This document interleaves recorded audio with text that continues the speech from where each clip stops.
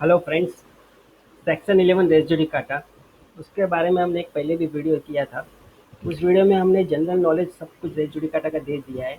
अगर आपने नहीं देखा है तो वो देख लेना, क्योंकि रेस जुडिकाटा का जो आर्ग्यूमेंट्स है वो आज हम लेने वाले हैं कि आर्ग्यूमेंट में हमको क्या क्या पॉइंट लेने हैं रेस जुडिकाटा का। फिर भी मैं आपको एक जनरल में थोड़ा सा बता देता हूँ कि वो क्या चीज़ है। रेस मतलब सब्जेक्ट मैटर, जुडिकाटा मतलब जुडिशली डिसाइडेड, यानी सब्जेक्ट मैटर जो जुडिशली डिसाइडेड हो चुका है उसके बारे में ये बात हो रही है। तो रेस जुडिकाटा का आप समझ ही गए कि एक बार प्लेंटिफ ने केस फाइल किया, वो केस हार गया, फिर वो वही सब्जेक्ट मैटर के ऊपर वापस से केस फाइल नहीं कर सकता। तो इसके बारे में पूरा पहला वीडियो हमने बनाया था, और वो वीडियो पूरा अगर आप देख लेंगे तो बहुत अच्छा रहेगा। तो ये सेकंड वीडियो हम आर्गुमेंट के ऊपर है। रेस जुडिकाटा एक बहुत बड़ा सब्जेक्ट है, जबकि है दो ही लाइन का, कि पहले केस किया है तो वापस केस नहीं कर सकते। एक बार जो डिसाइड हुआ है वो वापस उसके ऊपर केस फाइल नहीं कर सकते। Res judicata subject matter which is decided. लेकिन क्या है कि हमारी कोर्ट्स, इंडियन कोर्ट्स बहुत इंटरप्रिटेशन करती है। बॉम्बे हाई कोर्ट ये करती है, दिल्ली हाई कोर्ट वो करती है, सुप्रीम कोर्ट कुछ करती है। तो वो सारे फैक्ट्स हमको देखने पड़ते हैं। वैसे तो रेस जुडिकाटा का सिंपल मीनिंग आप समझ गए, वही सिंपल मीनिंग जज भी समझ रहा है, क्योंकि वो सिंपल मीनिंग समझने के लिए कॉमन सेंस चाहिए, और कॉमन सेंस उसको मिलता है सेक्शन 151 में, सीपीसी में, आपको पता है।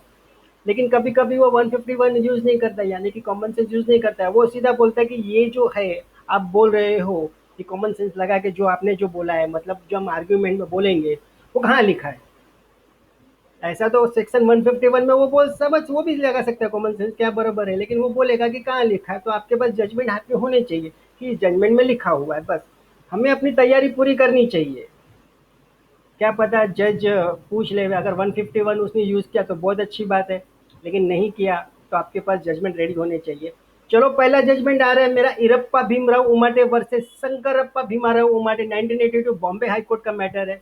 अब ये कोर्ट क्या बोल रही है, there must be finality proceeding, यानी कि प्रोसीडिंग पूरी फाइनल हो चुकी होनी चाहिए। One can not be allowed to agitate several times a new point when he had an opportunity to raise a point and he had failed to raise the same. One can not be allow agitate several times, so हर बार अपना case लेके आना नहीं चाहिए, और नए नए पॉइंट के ऊपर। When he had an opportunity to raise a point, जब उसके पास फॉर्मर सूट, जब उसने पहले सूट फाइल किया था तब उसके पास वो अपॉर्चुनिटी थी, तब उसने नहीं किया। तो इसका मतलब ये नहीं कि वो अगली बार वापस से केस करे और नया पॉइंट लेके आ सके। समझे, ये बॉम्बे हाईकोर्ट बोल रहा है, इरप्पा भीमराव उमाटे केस है। मैं ट्राई करूंगा कि इस केस के बारे में मैं नीचे आपको डिस्क्रिप्शन में दूं। फिर वही कोर्ट बोल रहा है, a point which could have been raised in former case up to the high court, यानी कोई अपील में गया होगा इसलिए up to the high court, and since it has not been raised, लेकिन हाई कोर्ट में भी वो पॉइंट रेज नहीं किया, it can not be allowed to be reagitated. तो इसका मतलब वो वापिस उसको वो पॉइंट उठा के take up the subsequent proceeding, दूसरे सब्सिक्वेंट प्रोसीडिंग, मतलब ये करंट सूट। तो ये करंट सूट के अंदर वो पॉइंट लेके नहीं आ सकता है। Such appeal can be said to have been bad by constructive res judicata. Constructive res judicata, अभी कंस्ट्रक्टिव क्या है उसका एग्जांपल आप बैरक में देख लेना। रेस जुडिकाटा का मैंने बोला ना, है तो छोटा ही, लेकिन उसके बहुत सारे इंटरप्रिटेशन है। लेकिन वो इंटरप्रिटेशन कॉमन सेंस से कोई इतने तकलीफ वाले नहीं है। लेकिन क्या करे, जज अगर 151 यूज नहीं कर रहा है तो आपको ये सारे साइटेशन दिखाना पड़ता है। चलो आगे जाता हूँ। यही कोर्ट वापस बोल के, if some point has not been raise, कुछ पॉइंट अगर फॉर्मर सूट में रेज नहीं हुए, it is not open for a court to allow the same to be raise afresh or at every stage of the proceeding. इसका मतलब ये नहीं कि दूसरे केस में वो कोई भी जगह पर ये फ्रेश लेके आवे, एवरी स्टेज के ऊपर, कोई भी स्टेज के ऊपर वो प्रोसीडिंग में वो लेके आवे वो पॉइंट। ठीक है, बात घुमा घुमा के वो लोग यही बोलते हैं कि फॉर्मर सूट में जो इशू हुआ है वो इशू वापस नहीं आना चाहिए, सब्जेक्ट मैटर सेम नहीं होना चाहिए, सेम पार्टी नहीं होना चाहिए। बात वापस होगी वही आ रही है, थोड़ा सा चेंजेस रहता है। वो क्या है कि हमारी कोर्ट है, थोड़ा भी एक कड़ी भी लगाती तो पूरा दरवाजा बंद हो जाता है, छोटी सी कड़ी रहती है लेकिन पूरा दरवाजा बंद कर देता है। तो बस ऐसा ही कुछ है। अब देखते हैं कि दूसरे केस में क्या कहा गया है। तो बॉम्बे हाई कोर्ट का थोड़ा ये भी बोल देता हूँ कि उसने ये भी कहा है कि somewhere there must be some finality of proceeding, यानी प्रोसीडिंग पूरी खत्म होनी चाहिए। देयरफॉर जज ought not to have allowed any point which had not been taken in earlier proceeding. जिस फॉर्मर सूट में अगर उन्होंने कुछ पॉइंट नहीं लिए तो इसका मतलब ये नहीं होता कि नया पॉइंट लेके वो नया सूट फाइल करे। अभी in the case of city municipal council बासल की वर्सेस गुरप्पा, बासल की का spelling BHASLKI versus Gurappa GURAPPA, PPA 2016 का मैटर है ये। इसमें कोर्ट ने क्या कहा, the principle of the res judicata is need of any judicial system. वो तो पता ही है सब जुडिशियल सिस्टम को, वो तो प्रिंसिपल चाहिए रेस जुडिक्टा का, वरना तो लोग केस हारेंगे, फिर केस करेंगे, लेक केस हारेंगे तो इसका तो एंड ही नहीं आएगा। तो that is to give finality to the judication. तो ये रेस जुडिक्टा के आने की वजह से that is to give finality to judicial decision of the dispute between the parties. देखो रेस जुडिक्टा आया इसलिए वो फाइनल हो गया कि नहीं है, अदरवाइज तो केस पे केस करता रहता। It is also to prevent multiplicity of proceeding between the same parties of the same subject matter. ये केस ये भी बोलता है कि ये it is also prevent multiplicity of proceeding between the same parties of the same subject matter of the list, an issue which was directly and subsequently involved in a former suit। directly and subsequently वो तो आपको पता ही है, directly मैंने first part में बताया है, सब former suit between the same parties and has been decided and has attained finality by the same parties on the same subject matter of the earlier list। तो समझ गए। तो the principle of law is that if the plaintiff has several ground on which he can make his claim in a court of law, he could put fourth all the grounds on which he can make his claim. उसके बाद जितने भी ground है वो उसी case में claim कर सकता है। समझो कि एक ग्राउंड उसने छोड़ दिया, वो ग्राउंड अभी वो सब्सिक्वेंट केस यानी करंट केस में करने आया है, तो वो नहीं चलता। ये ऑर्डर टू रूल 2 में भी है सीपीसी के, हम उसके बारे में बाद में जानेंगे। तो ऑर्डर टू रूल 2 भी इसको कनेक्टेड है, लेकिन फिलहाल हम रेस जुडिक्टा की बात कर रहे हैं। तो ऑर्डर टू रूल 2 में भी केस बहुत से डिसमिस हो सकते हैं, लेकिन अगर जहां ऑर्डर टू रूल 2 लगा वहां पे रेस जुडिक्टा का भी आप आर्ग्यूमेंट कर दीजिए, और जहां रेस जुडिक्टा आप आर्ग्यूमेंट करना है वहां ऑर्डर टू रूल 2 का भी आर्ग्यूमेंट कर दीजिए। दोनों कर दीजिए, कोई भी ग्राउंड मत छोड़िए। पता नहीं जज कौन से ग्राउंड पे क्या करता है और कौन सा ग्राउंड समझता है। अगर दोनों बता दिए तो दोनों में से एक तो समझेगा। चलो, if he has omitted to do so he can not be permit agitated in future. अगर उसने कुछ छोड़ दिया कोई ग्राउंड, तो फ्यूचर में वापस उस ग्राउंड के ऊपर नहीं कर सकता। दैट मीन्स वो ग्राउंड मान लिया है, ऐसा हमारा कोर्ट डिसीजन, हमारा लॉ कहता है। The object of the explanation 4 to section 11 of the CPC is to force the plaintiff to defend to rely upon all the grounds of attack or defense which were open to them। Example 4 में बताया गया है कि जितने भी grounds है सारे के सारे कर लो, अगर कोई छोड़ दिया तो दैट मीन्स वो अलाउ कर रहा है वो ग्राउंड। अभी in the case of Satyendra Kumar V Rajnath 2016, Satyendra Kumar versus, V नहीं है, वर्सेस राजनाथ 2016, मद्रास हाईकोर्ट का मैटर है ये। उसमें कोर्ट कहती है section 11 of the CPC is based upon ancient doctrine embodied in every civilized system of jurisprudence with almost universal application that an earlier adjudication between the same parties in conclusive in respect of the same subject matter। वही घुमा फिरा के बताया गया है। The Latin maxim, लेकिन इसमें नया ये आया है कि कुछ मैक्सिम्स दिए हैं। Maxim relevant for explaining the concept of the, कुछ मैक्सिम है जिस जो कंसेप्ट ऑफ रेस जुडिकाटा का क्लियर करता है। अब ये मैक्सिम क्या है, तो नंबर 1 मैक्सिम है नेमो डेप्ट बीस वैक्सारी प्रो ओना इट इडेमा। ये पहला मैक्सिम है। इसका मतलब ये होता है no man should be vexed twice for the same, यानी कोई भी इंसान 2 बार किसी केस के लिए हैरान नहीं होना चाहिए। बस इतना ही है, सेम कॉज ऑफ एक्शन के लिए, बराबर है। नेमो डेप्ट बीस वैक्सारी प्रो उना इट इडेमा, बराबर है। ये पहला मैक्सिम। दूसरा मैक्सिम है interest reipublicae ut sit finis the litium. इसका मतलब होता है it is in the interest of the state that there should be an end to litigation. ये तो पार्टी के, जो पार्टी जीतता है उसके लिए भी है, लेकिन यहाँ पर हम बता रहे हैं कि स्टेट बोल रहा है कि it is in the interest of the state that there should be an end of litigation. और तीसरा मैक्सिम है रेस जुडिकाटा प्रो वेरिtas सेलेपेरियो सेलिप्टर। रेस जुडिकाटा प्रो वेरिता सेलिप्टर। A judicial decision once it has attained finality must be accepted as correct between the parties। एकदम correct, वो भले गलत हो उसको करेक्ट से ही एक्सेप्ट करना पड़ेगा, अगर वो चैलेंज नहीं होता है, अपील में नहीं जाता है। वंस वो डिसाइडेड हो गया, बाद में आपने वो चैलेंज नहीं किया, कुछ नहीं किया, तो दैट इज वो करेक्ट ही है। आप उसको ऐसा नहीं बोल सकते कि उसमें एरर है। ये सिविल की बात कर रहा हूँ, क्रिमिनल की बात नहीं कर रहा हूँ। क्रिमिनल में तो 20 साल के बाद भी आप बोल सकते हो कि तब गलत हुआ है। उसमें भी बहुत से कंडीशन है, डायरेक्ट आप नहीं जा सकते, आपको बहुत प्रूव करना पड़ता है, जज को कन्विंस करना पड़ता है। तो अभी सिविल की बात है ना ये तो इसमें भले वो प्रूव भी हो गया तो नहीं है, आपने मान लिया तो मान लिया। हमारे पहले ऐसे, आपको शायद पता होगा कि जूने हमारे जो राजा महाराजा थे उनकी स्टेट थी, वो हमारी गवर्नमेंट ने ले ली। 1947 देश आज़ाद होने के बाद कुछ ऐसे कायदे निकले कि इससे ज़्यादा अगर आपके पास स्टेट हो तो वो सेंट्रल गवर्नमेंट ले लेगी। उन्होंने ले लिया, फिर उसके बाद वो ले लिया, बराबर है। पता चला कि ये गलत है, बाद में उसके ऊपर तो अमेंडमेंट आया, सुधारा वधारा हुआ, 2-3-4 केस भी हो गए। उसके बाद जज ने, कोर्ट ने ये बोला कि जो ले लिया वो ले लिया, आपसे नहीं लेगी।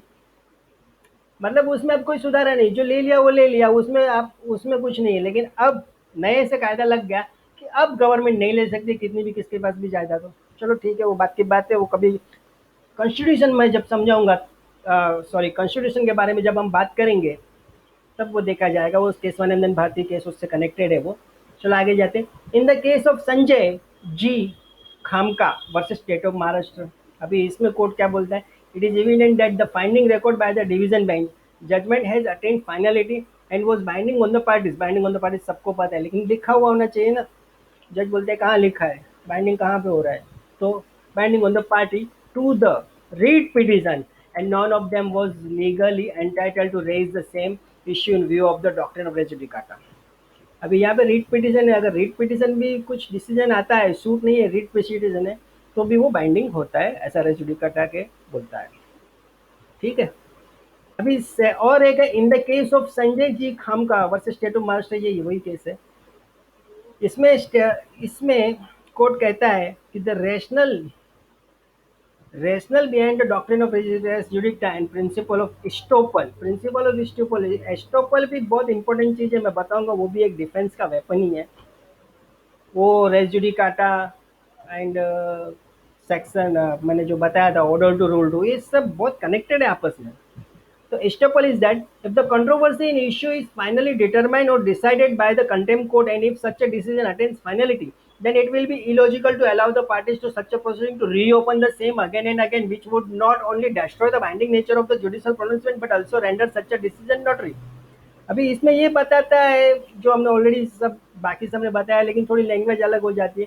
If the controversy in issue is finally determined, यानी कंट्रोवर्सी इश्यू जो भी फाइनली डिटरमाइंड एंड डिसाइडेड हो चुकी है बाय द कंपोनेंट कोर्ट से हो चुकी है, if such decision attain finality, और वो डिसीजन के ऊपर बाद में एक्शन भी लेगा, एग्जीक्यूट भी हो गया, then it will be illogical to allow the parties.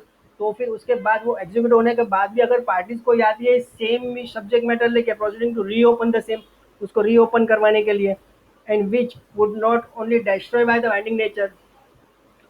तो फिर ये जुडिशियल कोर्ट का मतलब ही क्या हुआ? इतना सारा जो डिसीजन लिया, तो that means it is destroy the binding nature of the judicial pronouncement. इसका मतलब वो ऑर्डर जजमेंट का कोई वैल्यू नहीं रहा, क्योंकि वो जजमेंट देने के बाद भी वो तो आ रहा है इशू अब केस करने के लिए।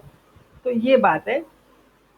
ये हमको in the case of Sanjay ji Khamka versus state of Maharashtra है, 2004 का केस है, उसमें बताया गया है। ये बहुत सी जगह पे रेस जुडिकाटा क्या है, ये तो और भी बहुत सी जगह पे लगता होगा ये केस तो। इवन द एरनेस ऑर्डर, मैंने बताया ना, गलत ऑर्डर होगा तो भी चलाना पड़ेगा। एरनेस ऑर्डर और decision in the earlier case of proceeding operate as res judicata. गलत डिसीजन है तो भी वो उस इश्यू को लेके नहीं आ सकता है। अपेक्स कोर्ट बोल रहा है, सुप्रीम कोर्ट है। The apex court laid down proposition of law in this regard way back in the case of Mohanlal Goenka versus Benny Kisan Mukherjee AIR 1953, Supreme Court 65 in paragraph 23 of his judgment। The apex court has observed that there is ample authority for the proposition that even an erroneous decision, एकदम भूल भरेला decision है, erroneous decision on a question of law operates as res judicata between the parties to it।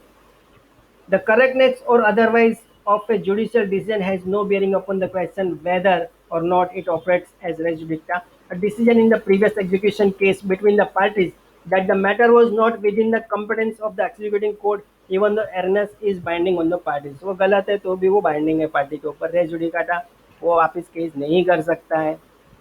In the case of Escorts Farms Limited versus Kumar Khuman Division Nation AIR 2004 Supreme Court 2186-82202, apex court ने कहा है that res judicata is a plea available in civil proceeding in accordance with section 11 of the Code of Civil Procedure। ये case आपको बहुत कुछ बता देगा, ये एक केस पढ़ लिया तो बहुत कुछ इसमें आ जाता है। इसमें अपेक्स कोर्ट ने बहुत कुछ बताया है। देखो क्या मैं शॉर्ट में बता दूं क्या क्या बताया है। According with the section 11 of the Code of Civil Procedure, it is a doctrine applied to give a finality to lease in original or appellate proceeding। बराबर है, फाइनल कर रहा है वो, मतलब आप वापस नहीं आ रहे इसलिए रेस जुडिक्टा वो फाइनल हो गया। The doctrine is substance means that an issue or point decided and attaining finality should not be allowed to be reopened and re-agitated twice over। The literal meaning of res is everything that the may from an object or rights and includes an object, subject matter, or status, and res judicata literally means a matter adjudged, a thing judicially acted upon or decided, a thing or matter settled by judgment. Section 11 of CPC engraft this doctrine with the purpose that a final judgment rendered by a court of competent jurisdiction on the merits is conclusive as to the right of the parties and their privies, and as to them constitute an absolute bar to a subsequent action involving the same claim, demand, or cause of action. मिला जुला के मिली जुली सरकार है, सब यही है, वापस case नहीं कर सकते, यही बताया गया है। अब एक केस है मिस्टर संजय खमकर जो हमने देखा versus state of Maharashtra Bombay high court का मैटर है। उसमें और क्या कहा है, for application of principle of रेजुए it is not necessary that there should be two suits. इसके लिए ये जरूरी नहीं कि वहाँ पे दो सूट होने चाहिए। अभी क्या आगे बोलते हैं, however the principle of जुडिस can be also be involved in case of different stages of the same proceeding. यानी एक ही केस के अंदर अगर दो प्रोसीडिंग के अंदर दो बार है, एक बार डिसाइड हो चुकी है एप्लीकेशन, वापस से वही एप्लीकेशन वो फाइल कर रहा है, तो वहाँ पे भी रेस जुडिकाटा लगता है। इसका मतलब ये नहीं है कि दो सूट होने चाहिए। एक ही सूट के अंदर प्रोसीडिंग के अंदर सेकंड टाइम एप्लीकेशन फाइल करता है तो वहां पे भी रेस जुडिकाटा लगता है। अभी देखिए रेस जुडिकाटा का जब भी आप आर्ग्यूमेंट करो तो उसको एंड तो करना जरूरी ना, तो एंड करना है section 40 of Indian evidence act से, क्योंकि वही रेस जुडिकाटा को पावर देता है। ठीक है, section 40 of the Indian evidence act is for previous judgement relevant to bar a second suit और ट्रायल। तो ध्यान रखिए कभी भी रेस जुडिकाटा का आर्ग्यूमेंट करो तो सेक्शन 40 ऑफ इंडियन एविडेंस जरूर बताना, क्योंकि वही उसको क्लोज करता है, वही ओपन करता है, वही उसका माई बाप है। क्या लिखा है, section 40 says that the existence of any judgment, order or decree which by law prevents any court from taking cognizance of a suit or holding a trial is a relevant fact when the question is whether such a court ought to take cognizance of such a suit or to hold such a trial. As per all the above facts, section 40 बोल रहा है, as per all the above the facts and circumstances, the subsequent suit is liable for dismiss under the section 40 of the Indian Evidence Act. Okay तो ये था हमारा race जुडिक्टा। आप पहला part जरूर देखना, उसके बाद ही सेकंड पार्ट देखना। ठीक है, ओके, थैंक यू।